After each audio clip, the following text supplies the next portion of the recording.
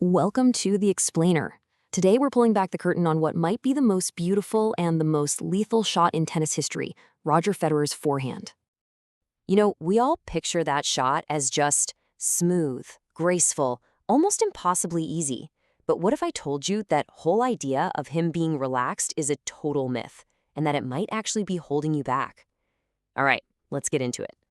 So first things first, we got to talk about something called the Racquet Illusion. It's so easy for our eyes to get mesmerized by that big, looping swing of the racket, but that's not where the magic is. The real secret is in the path of his hand, which is actually doing something much shorter and way more efficient. The racket's long path, it's kind of a distraction from the real work going on. Okay, so let's peel back that first layer and really look at the visible stuff, the parts of the swing that everyone sees and, well, everyone tries to copy. A world-class forehand like his really breaks down into 4 parts. It all kicks off with the unit turn. See how his hips and shoulders turn together? That's coiling the body up like a spring. Then you get the backswing and drop, where the racket head gets nice and low, ready to come up and under the ball. That's followed by the big one, acceleration, this explosive phase where all the power comes surging up from the ground. And finally, you've got the follow-through, that classic windshield wiper motion that helps him control the shot and slow his arm down safely. And this is a huge one. We all hear about the loose arm, right? But when you actually analyze his matches, not just him warming up, there's real muscle tension there.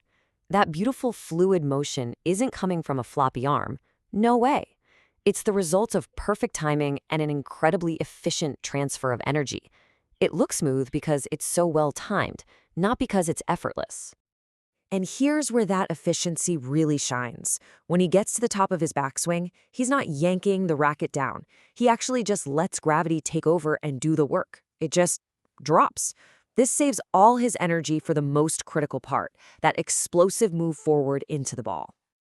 But here's the thing. The arm, it isn't the star of the show. Not even close. It's just delivering the final package. So now let's pop the hood and look at the real powerhouse of the Federer forehand, his body. All that incredible power comes from something in biomechanics called the kinetic chain. The best way to picture it is like a wave of energy or a chain reaction. It starts with his feet pushing against the ground.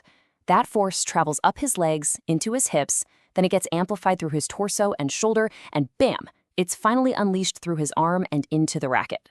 Every single link in that chain adds more speed. This quote from the legendary coach Rick Macy just nails it. Think of the body as the car. It's the engine. It's what's driving everything forward. And the arm and the racket, they're just passengers, literally along for the ride.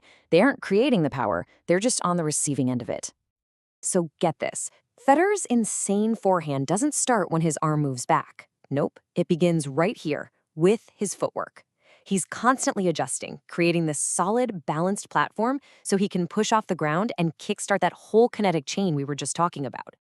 And once that base is set, his hips uncoil with incredible speed. It's this explosive rotation that acts exactly like the crack of a whip.